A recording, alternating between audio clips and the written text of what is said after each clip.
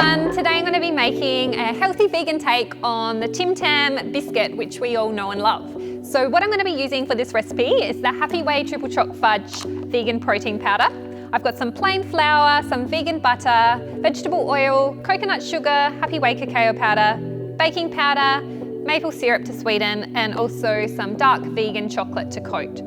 So there's a couple parts to this recipe. To make the biscuit part, I'm simply going to be adding all the biscuit ingredients together, whipping it all up until it's combined, baking in the oven for about 10 minutes, set the biscuit mixture in the freezer for half an hour, then slice it into little biscuit-sized portions, and then I will make the chocolate cream center. So for that, I'm going to be adding the protein powder, vegan butter, and maple syrup together, whipping that up and then piping that on top of the biscuits, adding another biscuit on top, setting that in the freezer again for half an hour, and then I'll melt some vegan chocolate and I'll dunk the biscuits into the chocolate, set it on a baking tray to drain the excess chocolate, and then they'll be ready to eat.